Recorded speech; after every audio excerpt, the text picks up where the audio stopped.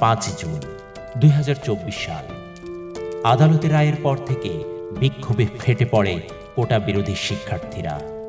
এই আন্দোলনের নাম দেওয়া হয় বৈষম্য বিরোধী ছাত্র আন্দোলন। সড়ক অবরোধ এবং অবস্থান কর্মসূচির নাম দেওয়া হয় বাংলা ব্লকেট।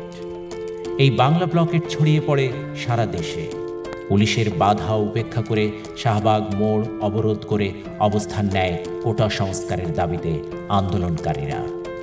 তৎকালীন প্রধানমন্ত্রী এক বিতর্কিত বক্তব্যে এই আন্দোলন আরও তীব্র আকার ধারণ করে। স্কুল কলেজ বন্ধ ঘোষণা করা হয়, রেল যোগাযোগ বন্ধ হয়ে যায়। 16 জুলাই রংপুরে রোকেয়া বিশ্ববিদ্যালয়ের ইংরেজি বিভাগের মেধাবী ছাত্র আবু সাঈদ পুলিশের সরাসরি গুলিতে এই আন্দোলনে প্রথম শহীদ হন, যা বিভিন্ন মাধ্যমে ছড়িয়ে পড়ে এবং একটি গণ অভ্যুত্থানের রূপ নেয়। 17 জুলাই মধ্যরাত থেকে মোবাইল ইন্টারনেট সেবা বন্ধ করে সরকার ইন্টারনেট ব্ল্যাকআউট করেন।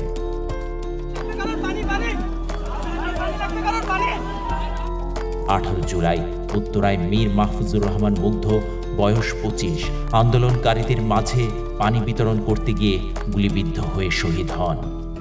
একই দিনে সাভারে ঢাকা আরিচা মহাসড়কের পাকিজা পয়েন্টে পুলিশ নিরস্ত্র শিক্ষার্থীদের উপর গুলি চালায়।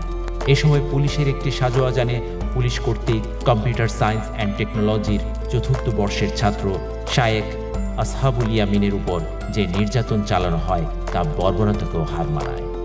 রিকশার পাদানিতে আড়াআড়ি ঝুলে থাকা গোলাম নাফিজও এই বর্বরতার শিকার। মাথায় পতাকা বাঁধা তার নিথর দেহ। এমন দৃশ্যগুলো কাঁদিয়েছে কোটি কোটি মানুষকে। দল মত নির্বিশেষে আন্দোলনকে করেছে আরও জোরদার। 19 জুলাই তাহির জামান প্রিয় বয়স 27 আন্দোলন করতে গিয়ে শহীদ হন।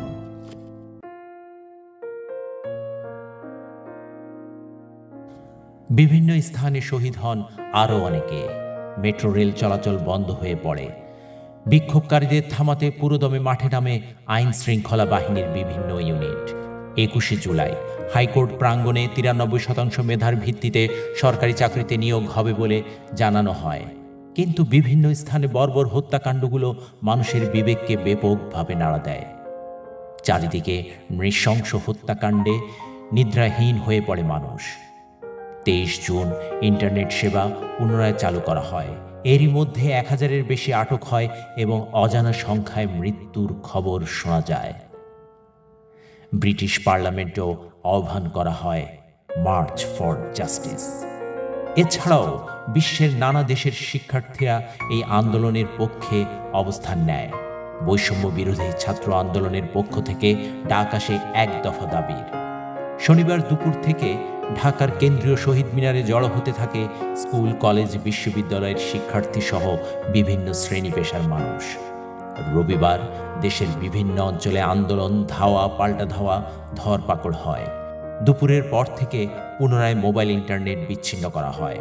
সন্ধ্যা 6টা থেকে কারফিউ ঘোষণা করা হয়। 5 আগস্ট চতুর্দিক থেকে আন্দোলনকারীরা ঢাকামুখী হন। আন্দোলনের তীব্রতায় সরকারের সকল কার্যক্রম নিষ্ক্রিয় হয়ে পড়ে এবং দুপুর 12টায় পদত্যাগ করে সপরিবারে দেশ ত্যাগ করে ভারত আশ্রয় নেন গণহত্যায় অভিযুক্ত একজন স্বৈরাচারী প্রধানমন্ত্রী।